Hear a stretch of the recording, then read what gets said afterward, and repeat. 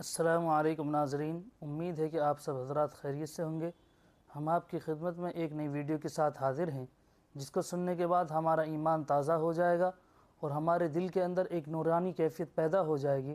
تو آئیے ویڈیو کو شروع کرتے ہیں۔ حدیث میں آتا ہے، ارشاد ہے مدنی کریم صلی اللہ علیہ وسلم کا کہ بعض لوگ اللہ کی زمین پہ چلتے ہیں، بعض لوگ اللہ کی زمین پہ چلتے ہیں اور زمین اللہ سے یہ اجازت مانگتی ہے، پروردگار اگر اجازت ہو میں اس کو نگل جاؤں، میں نہیں چاہتی کہ اس کے منحوس قدم مجھ پہ پڑتے رہیں، اجازت ملے میں اس کو لقمہ بنا کر کے نگل جاؤں، اس کو زمین کی تہ میں لے آؤں۔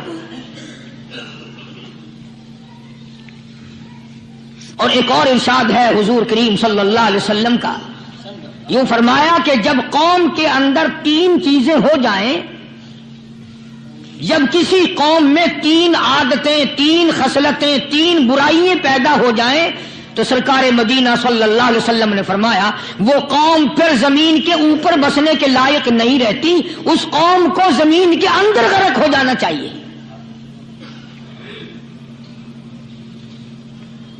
وہ کون سی باتیں ہیں؟ ارشاد فرمایا محمد عربی صلی اللہ علیہ وسلم نے کہ پہلی بات تو ان کی یہ ہے کہ جب قوم کے امیر لوگ، غنی لوگ، مالدار لوگ بخیل ہو جائیں، اللہ تعالیٰ نے جو ان کو سرمایہ دیا ہے، رب العالمین نے جو ان کو پیسہ اور دولت دی ہے، اس میں کسی غریب کا وہ حصہ ہی نہ رکھیں۔ چنانچہ آج آپ دیکھ لیں، فالتو لاکھوں روپیہ لگ جائے گا، لیکن کسی بیوہ کے گھر ایک سیر آٹا دینا، کسی یتیم کے سر پہ ہاتھ پھیرتا ہوا امیر آدمی شرماتا ہے کبھی میرے ہاتھ کی ہتھیلی نہ گھس جائے۔ حالانکہ ارشاد فرمایا مدنی کریم صلی اللہ تعالی علیہ وسلم نے بعد وقت ایسا قبولیت کا ہوتا ہے جو آدمی یتیم کے سر پہ ہاتھ پھیر دے محبت کے ساتھ، یہ بچہ یتیم ہے، اس کا لاڈ اجڑ گیا، اس کا مان اجڑ گیا، اس کا ابا رخصت ہو گیا، اس کو گود میں بٹھا کر پوچھنے والا چلا گیا بیٹا تو کیا چیز کھاوے گا؟ حضور کریم صلی اللہ تعالی علیہ وسلم نے فرمایا جب یتیم کے سر پہ آدمی محبت کے ساتھ، شفقت کے ساتھ ہاتھ پھیرتا ہے، اللہ پاک یوں فرماتا ہے مجھے اپنی کبریائی کی قسم جتنے بال اس کے ہاتھ کے نیچے آ جاتے ہیں اتنی نیکیاں ہاتھ پھیرنے والے کے نام اعمال میں لکھ دی جاتی ہے۔ السلام علیکم ورحمۃ اللہ، امید کرتا ہوں سب خیریت سے ہوں گے۔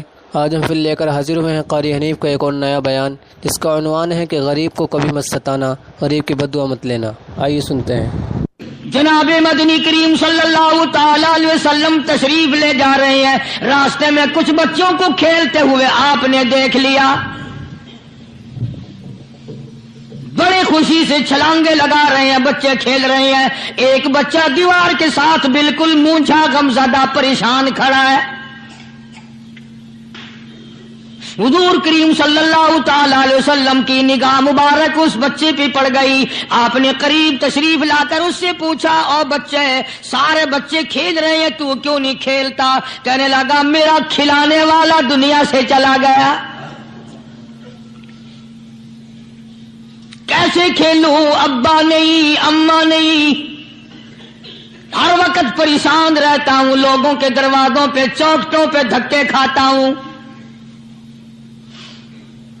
آپ مدنی کریم صلی اللہ تعالی علیہ وسلم نے رحمت والے ہاتھ سے اس یتیم کی انگلی پکڑی اور اپنے ساتھ پیار کرتے ہوئے تشریف لے آئے، فرمایا جناب عائشہ صدیقہ رضی اللہ تعالی عنہا سے اللہ والی آج اللہ پاک نے تجھے بڑی غنیمت بخشی ہے، بڑی دولت دی ہے، عید کا دن ہے، میں عید کی نماز کے لیے جا رہا تھا، بچے سارے خوشیاں منا رہے تھے، یہ بچہ دیکھا میں نے بڑا غمزدہ کھڑا تھا، بڑا پریشان کھڑا تھا، اب میں نے اس سے پوچھا آج عید کا دن ہے تو خوشی کیوں نہیں مناتا؟ بچہ نے جواب دیا میری خوشی منانے والے دونوں ہی چلے گئے۔